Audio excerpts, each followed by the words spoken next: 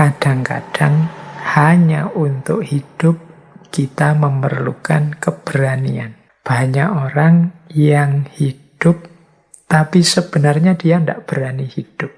Hidup itu panjang kalau engkau tahu cara menggunakannya.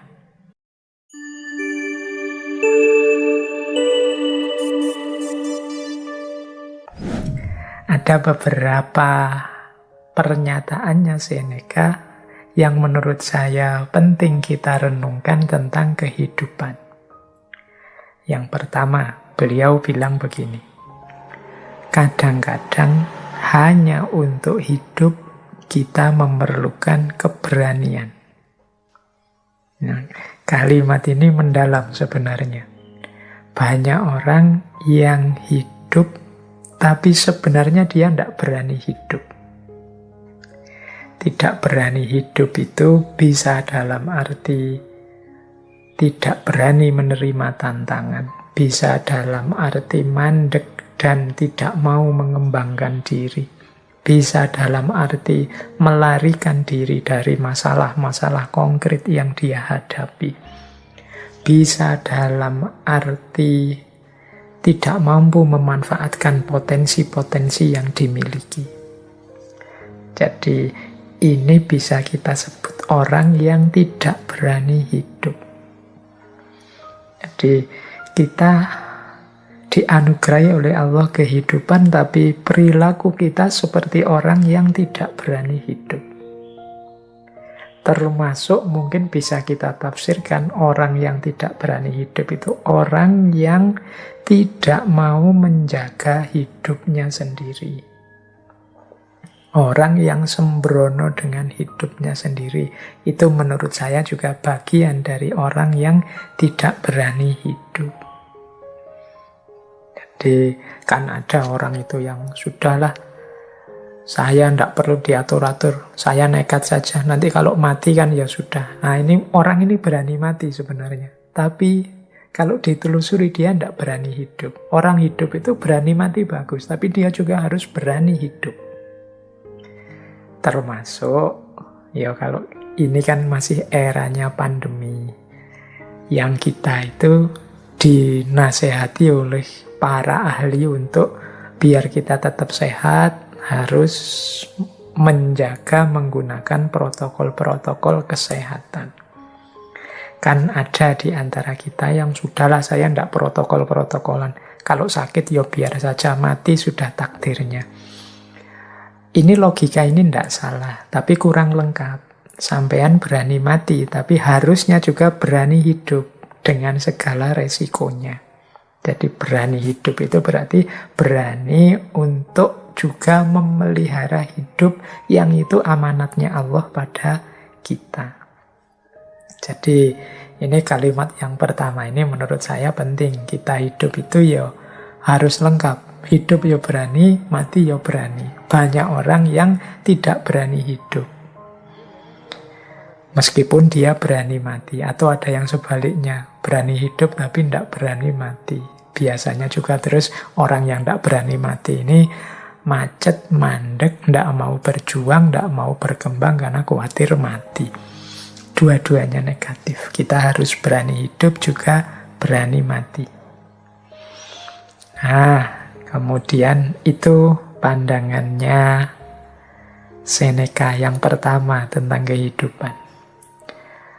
Yang kedua, kata Seneca begini, selama engkau masih hidup, teruslah untuk belajar hidup.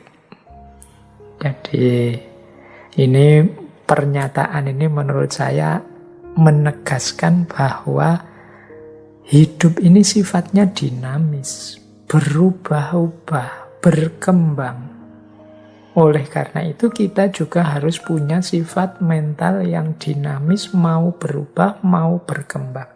Caranya ya kita harus belajar terus tentang hidup kita ini. Logika yang kemarin benar, sekarang mungkin tidak cocok lagi, tidak pas lagi dipergunakan. Maka ayo terus belajar. Dulu kalau kita aktif silaturahim ke rumahnya teman-teman kita, saudara-saudara kita, itu terpuji. Tapi hari ini di era pandemi ini justru kalau kita nekat mengunjungi saudara teman kita, sangat mungkin kita akan menyusahkan dia. Karena sekarang eranya kita diminta untuk jaga jarak dulu. Ini kalau kita tidak belajar terus, ilmu kita mandek. Logika sebelum pandemi mungkin tidak bisa diterapkan sekarang saat pandemi. Cara berpikir dulu dan sekarang beda. Itulah gunanya kita belajar terus. Sehingga kata Seneca, selama engkau masih hidup, teruslah belajar. Jadi ini pandangannya Seneca yang kedua. Berarti belajar itu wajib, penting. Ini agama kan juga sudah tegas menyatakan itu. Belajar terus, jangan berhenti. Maka kita istiqomahi antara lain ngaji filsafat ini. Jadi itu nasihatnya yang kedua. Jadi hiduplah dengan berani. Yang kedua, terus belajar, jangan berhenti. Karena kehidupan ini sifatnya dinamis, berubah. Kalian harus pinter mengadaptasi situasi-situasi yang kalian hadapi. Termasuk ngaji, materi-materi ngaji ini kan kalian harusnya cerdas menghadapi.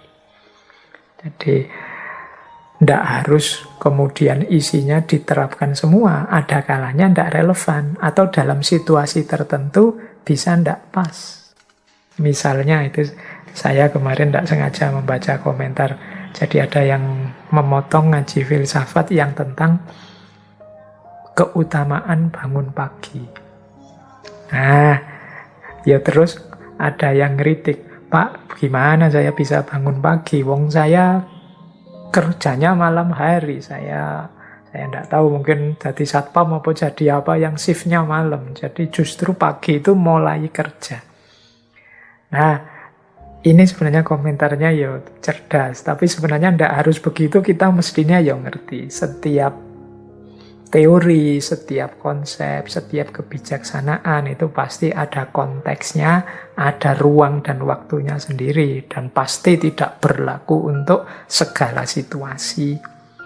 Kalau mungkin kita sedang sakit atau kebetulan habis melekan nonton bal-balan sampai pagi tidak tidur, pagi baru mulai tidur, nasihat untuk bangun pagi tadi jadinya tidak relevan. Dan teman-teman mestinya bisa belajar ini. Justru akan lucu kalau tiba-tiba diterapkan saja di segala situasi tanpa kecuali. Nanti kita akan susah sendiri. Jadi ini tidak bisa kemudian disebut, wah tidak konsisten Mbak. Tadi bilangnya harus bangun pagi, sekarang boleh tidak bangun pagi. Ini bukan urusan konsisten, tidak konsisten. Jadi pandangan bangun pagi utama dan mulia itu umumnya dalam kondisi normal. Dalam kondisi-kondisi khusus tertentu, tidak harus berlaku begitu kalau memang tidak bisa diterapkan. Ini loh yang disebut kebijaksanaan itu. Ngerti situasi, ruang, dan waktunya. Jadi selama engkau masih hidup, teruslah belajar. Jadi itu nasihatnya Seneca yang kedua. Yang ketiga, yang tentang kehidupan. Beliau bilang begini, hidup itu panjang kalau engkau tahu cara menggunakannya. Nah, kita ini kan sering mengeluh umur kita pendek. Waktu kita terbatas. Kata Seneca justru sebaliknya, kalian itu masih diberi kesempatan oleh Allah, oleh Tuhan untuk hidup hari ini. Itu sebenarnya manfaatkanlah sebaik-baiknya. Sampai di titik kalian puas dengan hidup yang kalian jalani. Kalau kalian bisa cara memanfaatkan detik per detik usiamu itu, insya Allah hidupmu itu sebenarnya rasanya akan panjang. Jadi hidup itu panjang kalau kita tahu cara menggunakannya. Tapi kalau kita tidak tahu cara memanfaatkan hidup ini semaksimal mungkin, detik per detik, jam per jam, hari per hari, minggu per minggu, bulan per bulan, hidup ini rasanya pendek. Biasanya terus kita kaget-kaget. Waduh, sudah tanggal 1 lagi ini. Sudah ganti bulan ini, tidak terasa sudah seminggu ini, tidak terasa sudah, kita akan selalu begitu kaget terus. Itu menandakan kita belum memanfaatkan waktu kita sebaik mungkin. Ini nanti yang mengesankan, ternyata waktu itu hari ini semakin cepat ya rasanya. Enggak, waktu itu tetap sama.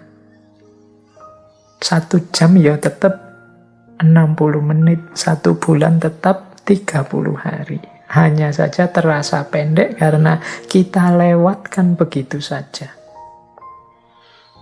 Jadi rumus hidup yang ketiga kalau versinya Seneca, yuk kita manfaatkan waktu hidup kita manfaatkan detik per detik segala fasilitas yang kita dapat sebaik mungkin sehingga kita tidak menyesal. Jadi karena hidup itu panjang. Kalau tidak, itu nanti berlaku kalimat selanjutnya. Saat kita menunggu kehidupan itu sendiri berlalu. Jadi kita terlalu lama nunggu, kita terlalu lama menunda, kita terlalu banyak cari alasan-alasan untuk melakukan sesuatu, kebaikan, kebenaran, kemanfaatan. Akhirnya hidup itu berlalu. Jadi kita itu kan sering nawar sesuatu yang harusnya segera kita lakukan. Pingin saya rasanya mumpung WFH ini banyak nulis, atau banyak membaca, atau memperbanyak ibadah. Itu sampai pandemi ini hampir 2 tahun. Yo, mungkin masih ada yang levelnya masih ingin saja. Masih rencana-rencana saja sejak dulu. Target baca bukunya masih tidak nyampe, pingin nulis juga tidak jadi-jadi, ibadahnya ya masih sama kayak zaman dulu sebelum pandemi. Ini kita terus membuat alasan-alasan, bikin excuse, tapi kan, ya wis, akhirnya kita tidak punya tidak mampu memanfaatkan hidup kita sebaik mungkin, rasanya umur kita ini pendek. Jadi saya lupa itu pernah di salah satu kitab itu disebut ciri-cirinya akhir zaman itu waktu terasa semakin pendek. Waktu terasa semakin pendek itu bisa nama lain dari kita yang semakin tidak mampu menggunakan waktu secara bermanfaat. Wong kita kalau pegang HP itu, sekali pegang itu bisa jam-jaman kan, buka ini, buka itu, lihat video ini, video itu, lihat, terus tiba-tiba sudah sore, tiba-tiba sudah malam, tiba-tiba sudah waktunya tidur, terus begitu umur kita tambah. Baik, jadi itu rumus selanjutnya. Saat kita menunggu kehidupan itu sendiri kemudian berlalu. Kita kehilangan momen, kita kehilangan kesempatan. Yang terakhir, ini pesannya Seneca tentang kehidupan. Sebagaimana dongeng, demikian pula kehidupan. Yang penting bukan panjangnya, namun baiknya. Jadi ini pesan untuk kita, hidup ini jangan hanya fokus pada panjang pendeknya, tapi juga kualitas isinya. Tidak ada gunanya umur kita sangat panjang, tapi isinya bobrok, rusak, salah, dosa, sehingga eman-eman umur panjang itu semakin panjang umur, ya ekuivalen dengan semakin banyak dosa. Jadi panjang pendek itu tidak penting. Yang penting kualitasnya, baik atau buruknya. Itulah kunci dari hidup. Jadi kita dapat beberapa pelajaran dari Seneca tentang kehidupan. Yang pertama, mari hidup dengan berani. Mari terus belajar. Kemudian mari kita gunakan hidup kita sebaik mungkin. Semoga kehidupan kita adalah hidup yang berkualitas, yang nantinya tidak kita sesali, kita puas dengan hidup kita lega dengan hidup kita karena sudah kita perjuangkan semaksimal mungkin sesuai yang kita tahu dan kita mampu. Baik, kita masuk ke tema selanjutnya yang kita ambil dari nasihat-nasihatnya Seneca. Setelah kehidupan, sekarang kita bahas perjuangan. Jadi usaha, upaya kita dalam mencapai hidup yang versi terbaik, the best version of our life. Gimana caranya kita memperjuangkan hidup ini biar hidup ini bermakna dan kita puas dengan hidup kita. Ini ada beberapa nasihat dari Seneca sehubungan dengan hal itu. Yang pertama kata Seneca begini, kalau orang tidak tahu ke pelabuhan mana perahu dilayarkan, tidak akan ada angin yang menguntungkan. Ini kalimat pertama ini sebenarnya isinya adalah menantang kita untuk menemukan tujuan hidup, arah perjalanan hidup. Ini mau kemana? Jadi jangan hidup yang asal, ndak punya tujuan, ndak punya orientasi, ndak punya arah. Orang yang tidak pernah mikir hidupku ini mau kemana, tujuan akhirnya apa dan di mana, ya tidak akan bisa melakukan perjalanan yang bermanfaat. Jadi kalau kita tidak tahu pelabuhan mana yang kita tuju, kalau pakai quotes dari Seneca tadi, ya kita tidak akan bisa menyebut ini angin ini membantuku apa menghalangiku. Ke arah mana aku harus menuju. Ya, wong kita tidak tahu pelabuhan mana yang kita tuju.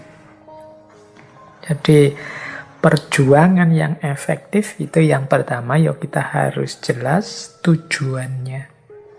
Ya kalau umat Islam ya biasanya kan secara general kita sebut semuanya ya kita menuju Allah, Pak, ilaihi roji'un. Ya alhamdulillah kalau kita sadar itu. Tapi kita ngerti bener ndak sih orientasi hidup, jalan hidup yang memang ilaihi roji'un, menuju Allah. Kalau kita ngerti, ya kita berarti tahu tujuan kita dan tahu caranya berjalan. Jadi yang pertama, hidup itu yang efektif dan manfaat, teman-teman harus jelas arah tujuannya kemana. Mungkin ada tujuan jangka pendek, jangka menengah, jangka panjang, dan tujuan final yang paling besar. Nah, itu lebih enak kita kemudian menempuh perjalanannya. Jadi kadang-kadang kita itu kan hidup, kan banyak di antara teman-teman itu sudah lah Pak, mengalir saja. Mengalir saja itu ya kalau pas alirannya membawamu ke tempat yang engkau inginkan. Kalau membawamu ke tempat yang mencelakakanmu gimana? Yang menyakitimu gimana? Kalau sudah jelas kalau kamu ke sana kamu akan sakit, apa ya kamu akan ikut saja alirannya, kan enggak? Jadi paling tidak patoklah target tujuanmu yang jelas, baru berjuang. Jadi kalau mau berjuang mati-matian, saya akan berjuang mati-matian, memperjuangkan hidup saya, Pak. Hidup atau mati. Lah terus mau berjuang kemana? Targetnya apa? Indikatornya apa, teman-teman? Sudah sukses dalam perjuangan itu. Saya, Pak, yang penting nanti jadi pegawai negeri, punya istri cantik, punya rumah, punya mobil, punya anak yang lucu-lucu. Deal, berarti sukses saya hidup dunia. Setelah itu saya mikir akhirat. Wah, ini lebih jelas. Ya meskipun isinya tujuan itu bisa diperdebatkan, tapi orang yang punya target ini kan orang yang sudah bisa mulai berjuang demi semuanya. Tapi kalau yang ditanya, sampean pingin apa sih? Mau kemana sih? Tujuannya apa sih? Kok terus ndak iso jawab? bingung mau jawab apa, ya sulit untuk melanjutkan perjalanan. Ini melangkah ke kiri apa ke kanan, wong ndak jelas tujuannya. Jadi yang pertama harus jelas arah, tujuan, dan orientasinya. Nah yang kedua, kata Seneca begini, sebutir mutiara tidak dapat dipoles tanpa gesekan. Demikian pula manusia tidak mungkin sempurna tanpa ujian-ujian. Jadi yang kedua ini mengingatkan kita dalam setiap perjuangan pasti ada pengorbanan-pengorbanan. Cocok dengan momen kita malam hari ini yang masih dalam rangka Hari Raya Kurban. Jadi itu sebagaimana mutiara. Kalau mutiara itu ingin bercahaya, ingin menarik, ingin bisa kita nikmati keindahannya, ya harus dipoles. Dipoles itu kan berarti diasap, digesek. Itu mungkin rasanya eman-eman ya, kok tidak dipoles, digosok. Itu khawatir kita rontok mutiaranya. Tapi kalau tidak digitukan, kita tidak akan bisa menikmati keindahannya. Manusia juga begitu. Dia tidak akan mencapai kesempurnaannya tanpa ujian-ujian. Nah, hari-hari ini nih kan kita sedang diuji oleh sangat banyak hal oleh Allah. Macam-macam ujiannya. Kita menikmati sendiri mungkin hampir 2 tahun ini. Pandemi ini dan segala fenomena yang berkaitan dengannya. Yang mungkin rasanya berat dan pahit bagi kita. Harusnya dengan ujian sebesar, seluas, dan seberat ini, kualitas diri kita semakin meningkat. Kedekatan kita dengan Allah semakin meningkat. Kemudian hidup kita menjadi manusia yang makin berkualitas, semakin menyempurna. Maka eman-eman kalau ujian-ujian seberat ini justru menjatuhkan kemanusiaan kita, justru memerosotkan kualitas diri kita, justru menjauhkan diri kita dari Allah. Berarti kita tidak lulus ujian. Kalau tidak lulus ujian itu biasanya terus diuji lagi, remedi lagi kita. Ya kalau ingin cepat ujiannya selesai kan kita lulus. Mungkin logika ini bisa dipakai ya. Yuk sama-sama bareng-bareng berusaha agar kita lulus ujian biar tidak remedi lagi. Jangan-jangan pandemi ini tidak selesai-selesai karena kita ini bolak-balik diremedi oleh Allah. Loh kok tidak lulus lagi? Ada pandemi kok malah gegeran. Ada pandemi kok malah saling maki-maki. Ada pandemi kok malah isinya marah-marah semua. Itu mungkin, wah ini nggak lulus berarti remedi lagi. Mungkin begitu logikanya. Jadi monggo yuk biar yang kita alami kepahitan-kepahitan ini berdampak positif untuk diri kita, semakin menyempurnakan dalam tanda petik kualitas diri kita, semakin mendekatkan kita pada Allah. Jangan sampai ujian-ujian ini memerosotkan nilai-nilai kemanusiaan kita, sehingga kita terus dapat label lulus, dapat ijazah dari Allah, engkau lulus, kualitas dirimu meningkat. Dan gantilah kepahitan itu dengan kenikmatan. La in syakartum la azidannakum. Yang kedua. Jadi perjuangan memerlukan pengorbanan. Yang ketiga. Kata Seneca begini sehubungan dengan perjuangan. Pertahankan semangat mudamu. Engkau akan dapat menggunakannya lebih baik saat engkau lebih tua. Jadi ini penting ya kita ingat-ingat ya teman-teman anak-anak muda yang masih penuh semangatnya, masih meledak-ledak, masih menyala-nyala gairah hidupnya, pertahankan itu.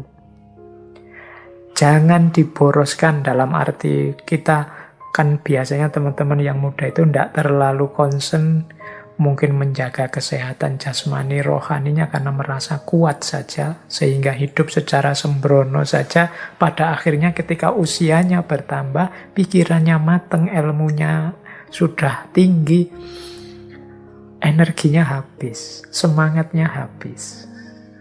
Nah, karena masa mudanya sembrono, tidak bisa mempertahankan semangatnya. Jadi anak-anak muda, engkau yang sedang sangat bersemangat, jagalah benar nyala semangatmu itu. Jadi jangan sampai padam. Mengapa? Nanti kalau engkau tua, semangatmu ini akan lebih manfaat. Mengapa? Saat nanti engkau lebih tua, ilmumu lebih luas, wawasanmu lebih dalam, kedewasaanmu tambah meningkat. Dengan semangat muda, hidupmu akan tambah berkualitas. Kalau yang masih muda gini kan mungkin masih nafsunya masih meledak-ledak, mengiringi semangat, wawasannya juga belum terlalu luas, jadi kadang-kadang salah-salah ngambil keputusan. Paling tidak jagalah agar semangat ini tidak mati. Nah, nanti kalau usia bertambah, kita masih punya elan vital, kita masih punya daya, kita masih punya semangat untuk menghidupkan kebenaran dan kebaikan yang kita capai. Ini pesan juga untuk teman-teman muda, yo, untuk menjaga semangat itu antara lain kita jaga kesehatan jasmani rohani kita. Jangan hidup sembarangan. Kadang-kadang saya ada teman 1-2 itu ketika usianya belum terlalu tua, sudah mendapat penyakit macam-macam, akhirnya tidak ada di usia muda. Eman-eman kalau orang-orang yang berkualitas ini kemudian menghamburkan semangat hidup dengan sembrono pada saat dia sangat dibutuhkan, dia kurang bisa memberi manfaat karena semangatnya sudah padam, sudah sakit-sakitan, dan lain sebagainya. Jadi perjuangan juga harus taktis. Pertahankan semangat muda, karena kita akan membutuhkannya saat umur kita bertambah, saat kita lebih dewasa. Jadi jangan dikira kalau nanti tua ya berarti sudah selesai Pak, tenaganya berkurang, energinya berkurang, ya, tapi semangat tidak boleh berkurang. Baik, itu yang ketiga, rumus dalam perjuangan. Kemudian yang keempat, Seneca bilang begini, kalau ini untuk situasi yang khususnya menghadapi orang lain. Kata Seneca begini, kalau engkau manusia, hargailah mereka yang mengupayakan hal-hal besar meskipun kemudian gagal. Kita ini kan dalam hidup ini berarti kita sama-sama pejuang. Sama-sama orang yang sedang berjuang dalam hidup ini. Orang lain juga pejuang, kita juga pejuang. Sesama pejuang, mari saling menghormati, mari saling menghargai. Berarti mari kita hormati, kita hargai orang lain yang juga sedang berjuang. Meskipun kemudian mereka gagal. Mengapa? Ya karena orang yang mau berjuang, orang yang mau mengupayakan perubahan-perubahan untuk hidupnya menjadi semakin baik di level apapun, ini saja sudah membuktikan mereka manusia yang berharga. Kan rumusnya memang manusia itu kuasanya hanya sampai level berusaha.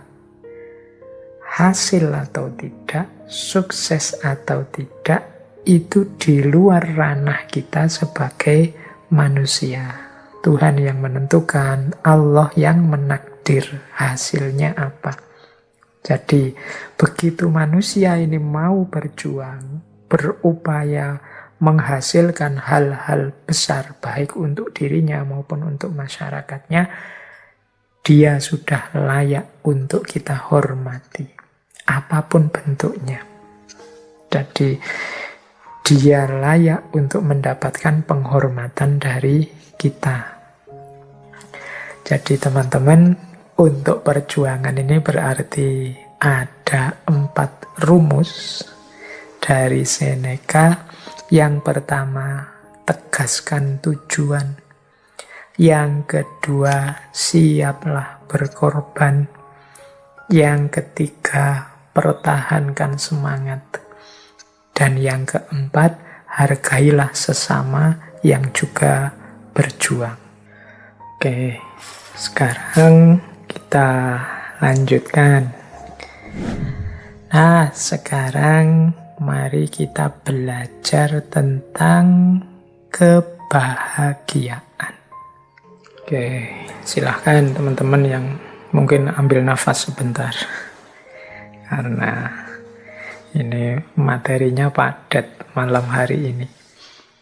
Baik, tentang kebahagiaan ada beberapa tips, beberapa kata-kata bijaksana dari Seneca.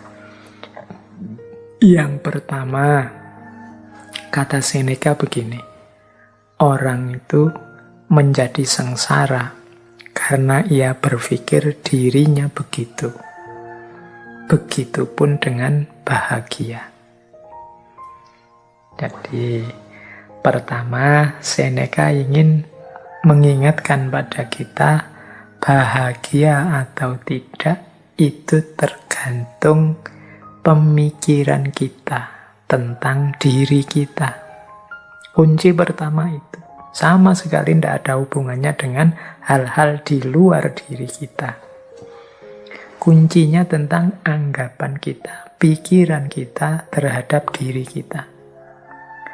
Sepahit apapun situasi, separah apapun kondisi, kalau kita menganggap, aku masih bahagia kok, aku masih bersyukur dengan situasi seperti ini, aku ini masih tergolong orang yang beruntung loh, jadi aku harus tetap bersyukur dan bahagia. Loh, itu ya kita bahagia.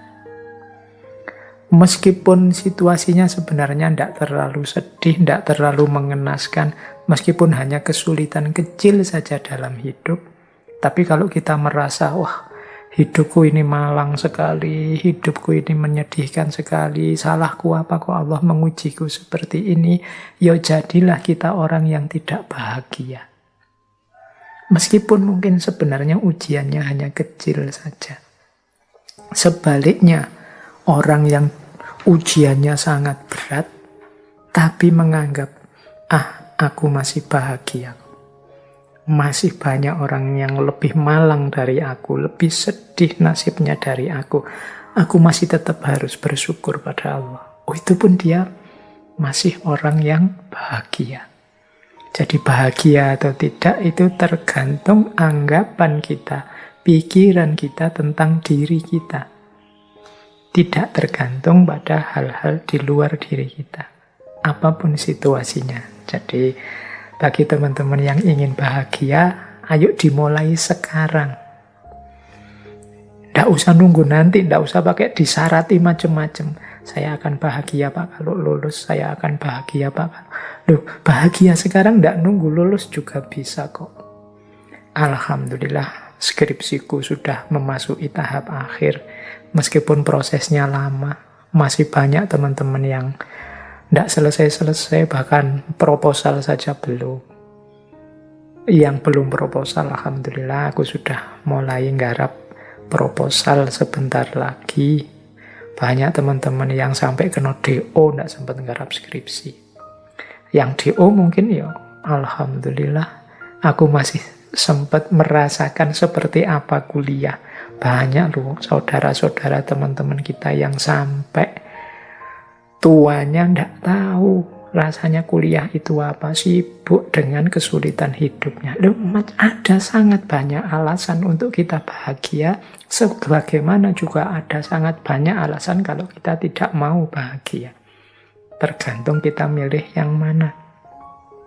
Jadi pandemi ini kita sikapi seperti apa, membahagiakan atau menyengsarakan, masih dalam batas kita harus bersyukur ataukah sama sekali harus kita ratapi. Itu semuanya tergantung kita. Jadi tidak ada hubungannya dengan yang di luar diri kita. Maka yuk mari kita tata cara berpikir kita. biar kita hidup secara bahagia. Kemudian ada rumus yang kedua, kata Seneca begini, kehidupan yang bahagia adalah yang sesuai dengan sifat alaminya. Jadi kebahagiaan itu akan muncul kalau kita ngerti kondisi harmonis seimbang alami dalam kehidupan kita. Ini nyambung dengan yang tadi ya, yang bagian kesederhanaan tadi, bahwa kita jangan berlebihan. Hiduplah di standar yang alami saja, sesuai sifat-sifatnya. Kalau bahasa tadi, sesuai divine reason-nya, sesuai sunnatullahnya. Ya kita kuatnya makan berapa, kuatnya tidur berapa persen kita harus tidur, berapa persen harus makan, berapa persen harus istirahat. Berarti untuk belajar berapa, untuk ibadah berapa, standar saja, yang alami-alami saja. Makan yang menguntungkan untuk tubuh, caranya seperti apa, bahannya apa saja, gimana caranya agar tidak kekurangan atau berlebihan, itu standar-standar alami. Kalau kita bisa hidup dengan standar yang alami tadi, ya mudahnya tidak kekurangan, tidak berlebihan, insya Allah kita akan bahagia. Yang ketiga,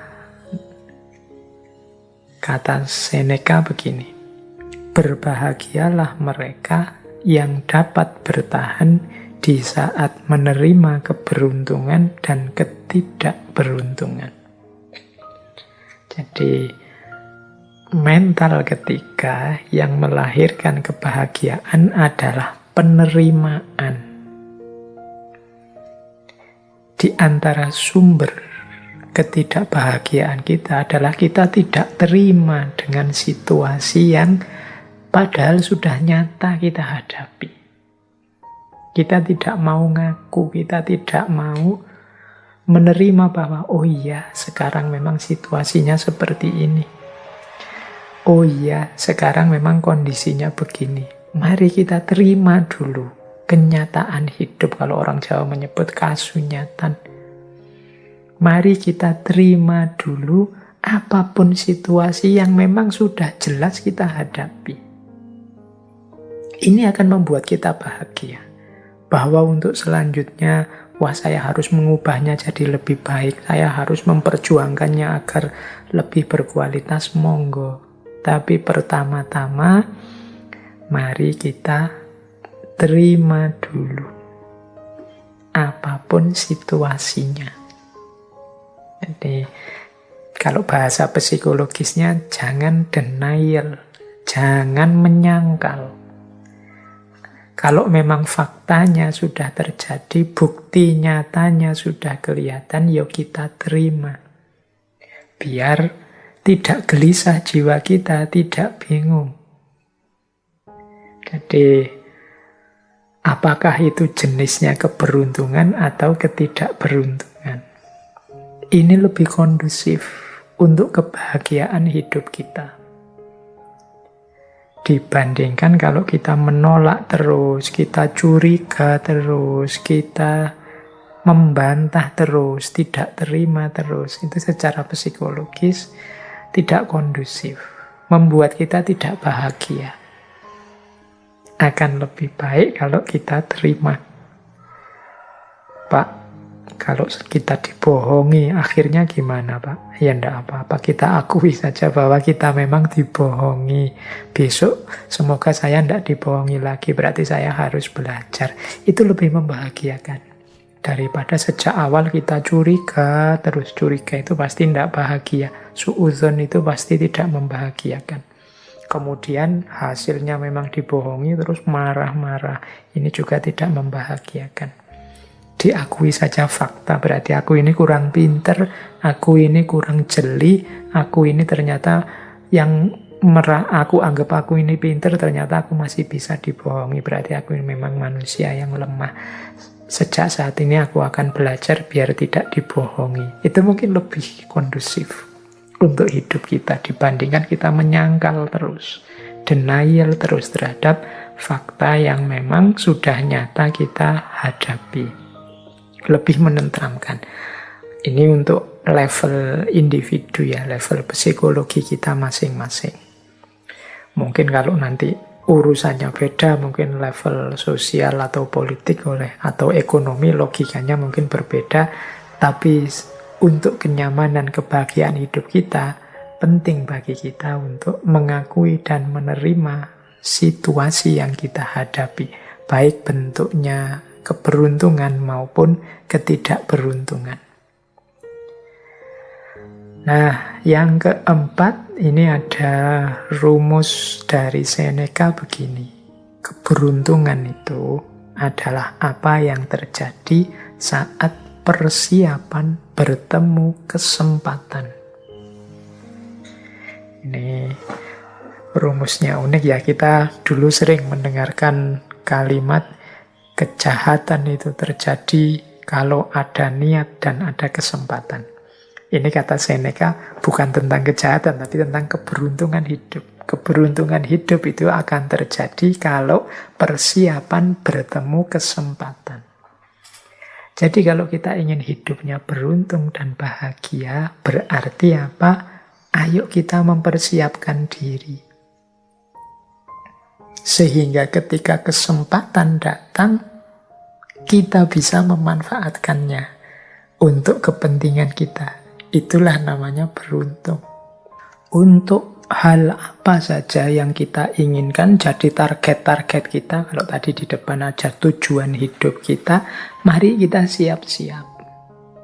Jangan sampai kesempatannya datang, kita belum siap. Atau sebaliknya juga, persiapan kita sudah matang, kesempatannya tidak datang. Hanya saja, kalau kesempatan kan kita tidak menguasai sendiri. Kesempatan itu kadang datang dari luar diri kita. Tapi kalau persiapan, itu kita sepenuhnya yang melakukan. Jadi mari siap-siap. Sampean ingin apa?